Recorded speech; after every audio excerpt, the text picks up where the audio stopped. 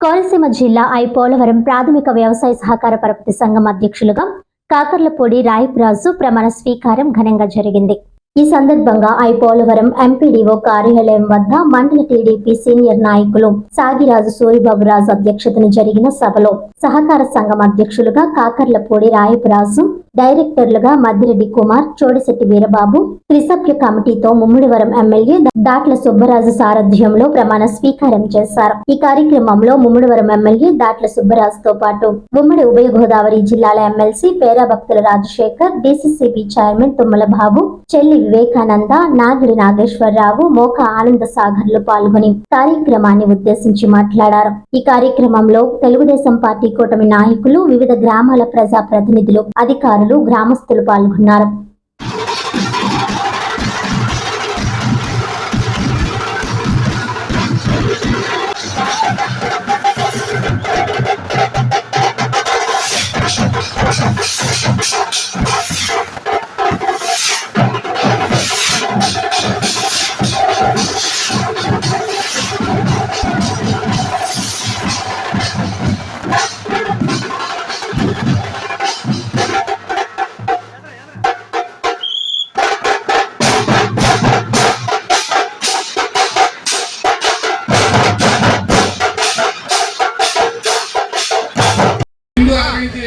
వెళ్ళవలసిందిగా కోరుతున్నాము.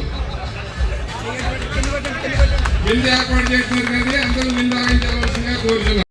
చెప్పడం జరిగింది.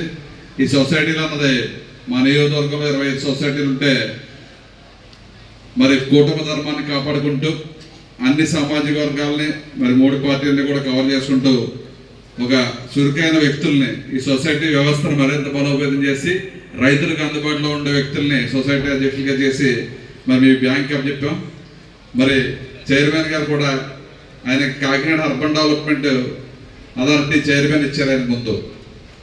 తర్వాత ఈ సహకార సంఘం మన బ్యాంకు చాలా గత ప్రభుత్వ నిర్లక్ష్యం వల్ల సుమారు 200-300 కోట్లు లాసులోకి వెళ్ళిపోయింది. దీనికి సరైన వ్యక్తి తీసుకొచ్చి మనం బ్యాంకును మెయింటైన్ చేయాలన్న ఉద్దేశంతో మన కూటమి ప్రభుత్వం, ఎందుకంటే తుమ్మల బాబు గారు సుమారు 20 సంవత్సరాలు సొసైటీ అధ్యక్షులుగా పనిచేశారు. ఈ సహకార సంఘం మీద పూర్తిగా పట్టుంది. ఆయన మాట్లాడిన విధానం మీ అందరూ కూడా చూశారు. కాబట్టి తప్పనిసరిగా ఈ కుటుంబ ప్రభుత్వానికి మంచి పేరు తీసుకురావడానికి ఈ 2 సంవత్సరాల్లోనే తప్పనిసరిగా లాభాల్లోకి తీసుకొస్తారు. అదేవిధంగా మా నియోజకవర్గంలో ఉన్న సహకార సంఘాలన్నిటికీ కూడా పూర్తిగా అండగా మా సోదరులు ఉంటారు. కాబట్టి ఈ సహకార సంఘాన్ని మీ రైతులందరికీ కూడా అనుసంధానం చేసి రైతులకు కావాల్సిన ఎరువులు కానీ మరి సబ్సిడీ మీకు లోన్స్ కానీ అన్నీ కూడా పెద్ద ఎత్తున గోల్డ్ లోన్స్ కానీ ఈ సహకార సంఘాలను ఏదైతే సేవ చేయగలరో అన్నీ కూడా తప్పకుండా మేమందరం కూడా ఈ రైతులకు అందుబాటులో తీసుకురావడానికి ఈ సంఘ సభ్యులందరూ కూడా కృషి చేస్తామని చెప్పి ఈ సభాముఖంగా తెలియజేసుకుంటూ మరి ప్రధానంగా మరి కూటమి ప్రభుత్వం వచ్చిన తర్వాత ఇచ్చిన హామీలన్నీ కూడా నెరవేర్చి అన్నీ కూడా పెద్దలు చెప్పారు. మరి ఏదైతే రైతాంగం ఉన్నారో రైతాంగానికి మన ప్రభుత్వం వచ్చిన వెంటనే నీటి సంఘాలు ఏర్పాటు చేసుకుని రైతులందరికీ కూడా అందుబాటులో ఉన్న నీటి సంఘ సభ్యులు చివరి వరకు కూడా నీరు అందించి మంచి పంట పండించుకుని మంచి ధాన్యం కొనుగోలు కూడా మరి కేవలం 24 గంటల్లోనే రైతు ఖాతాలో జమ చేసింది మన ప్రభుత్వం.